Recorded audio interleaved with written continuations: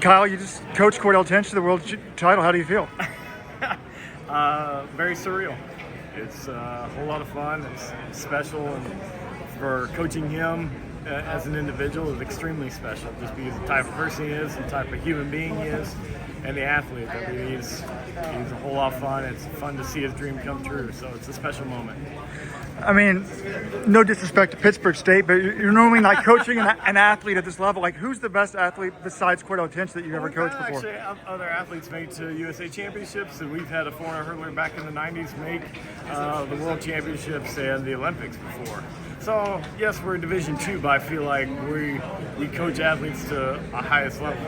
And, yeah, we've had multiple athletes go to USA Championships and a couple to the World Championships. Do you kind of feel like it's a win for all coaches? I always said when I was coaching, I'm like, if you have the athletes, there's a lot of coaches that could coach at the very highest level. Yeah, there's great coaches anywhere. I mean, high school and junior college, there's great coaches anywhere. And the beauty about track and field, as long as you have great coaching facilities and people that are passionate and care about you, you'll be successful.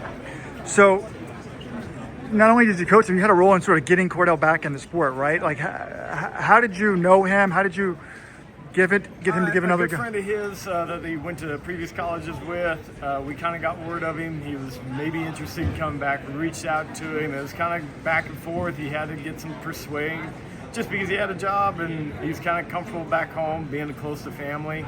But we were able to convince him to come back and at least give it one more try. But when you were trying to convince him to come back to track, I mean, did you ever envision this? Like, what level did you think he was going to be? Oh, I mean, no. I mean, to be honest, no. I didn't think he would get to this level. But when you first see him and watch him and the talent they have, when you're that practice and doing the things he does, like you knew you had something special. You did. Like right away? Yeah, pretty much right away.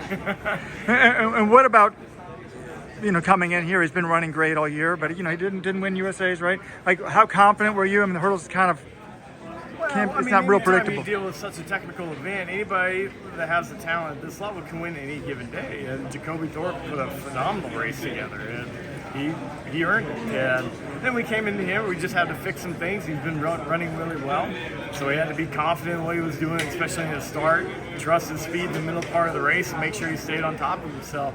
We didn't really want to change anything. He's been running well, so we just had to get him confident like he has been the last couple of weeks. And sometimes losing lights a fire under you, and it's a good thing. And I mean, it's just the United States is so tough in the hurdles, and Jamaica has two great hurdlers, and they're always very tough. We just knew you had to put a total race together to beat them.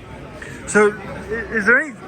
I mean, Let's Run is more distance oriented, but does anyone know what's going on with Grant Hallway this year? Didn't speak to the media. No, I mean, they're just great people. You go through your time, you'll have to talk to this coach and him, and those two guys. I mean, they're two of the best in the business, and you can't have more respect to them than anybody else. I mean, every coach goes through it, every athlete goes through it. You all go through those things, and that happens. But they'll figure it out. Those two guys are top notch and the best around.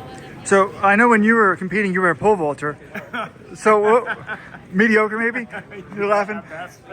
But like, what's your favorite? Like, can you coach at all? Like, what events can you coach? What would you say you're best at coaching at? I'll be honest with you, I do coach it all. I coach the multis, and so I coach all the events. I coach the throws. I just love track and field. I love every sport individually and how it brings a different aspect to it and what you're trying to get out of the kid and the mental side of each individual sport and event. I do coach all the events. I love it, appreciate it, and I just appreciate track and field. Do you think that the mental side of like getting ready for a championship or whatever the biggest race of the year is kind of the same whether you're getting ready for the World Championship final versus maybe the NCAA Division II final? Like, because at that level, I mean, that's the biggest meet of the year for you as an individual, whatever level you're at. And then as you progress through it, then that becomes the next biggest meet. And so if you're Division II going to national championship, yes, at that point in time, that's the biggest meet of your life.